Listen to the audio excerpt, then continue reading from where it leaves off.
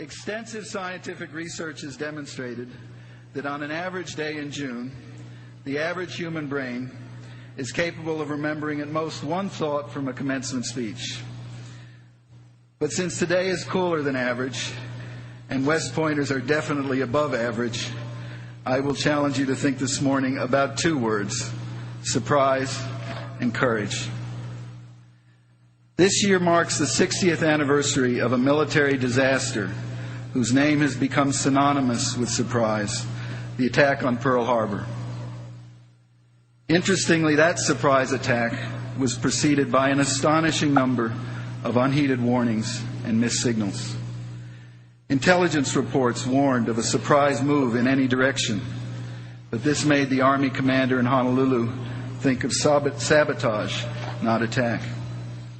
People were reading newspapers in Hawaii which cited promising reports about intensive Japanese diplomatic efforts, unaware that these were merely a charade. An ultra-secret code-breaking operation, one of the most remarkable achievements in American intelligence history, an operation called Magic, had unlocked the most private Japanese communications. But the operation was considered so secret and so vulnerable to compromise that the distribution of its product was restricted to the point that our field commanders didn't make the need-to-know list. And at 7 a.m. on December 7th, at Opana Radar Station, two privates detected what they called something completely out of the ordinary. In fact, it was so out of the ordinary that the inexperienced watch officer assumed it must be friendly airplanes and told them just forget about it. Yet military history is full of surprises, even if few are as dramatic or as memorable as Pearl Harbor. Surprise happens so often that it's surprising that we're still surprised by it. Very few of these surprises are the product of simple blindness or simple stupidity. Almost always there have been warnings and signals that have been missed, sometimes because there were just too many warnings to pick the right one out. Sometimes because of what one scholar of Pearl Harbor called a poverty of expectations, a routine obsession with a few familiar dangers. This expectation of the familiar has gotten whole governments, sometimes whole societies, into trouble. At the beginning of the last century, the British economist Norman Angell published a runaway bestseller that must have drawn the attention of professors and cadets of West Point at that time. Angell argued that the idea that nations could profit from war was obsolete, that it had become, as he titled his book, The Great Illusion.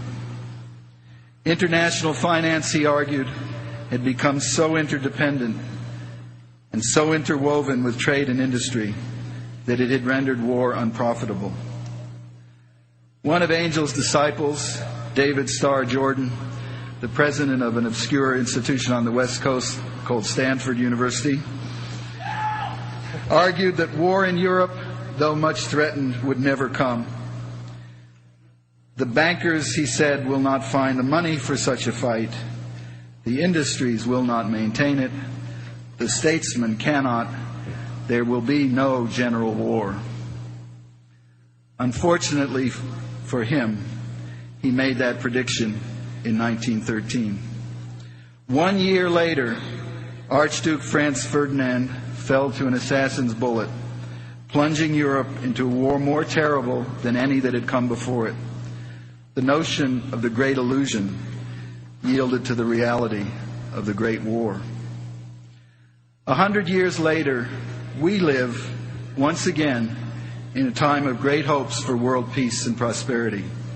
Our chances of realizing those hopes will be greater if we use the benefit of hindsight to replace a poverty of expectations with an anticipation of the unfamiliar and the unlikely. By doing so,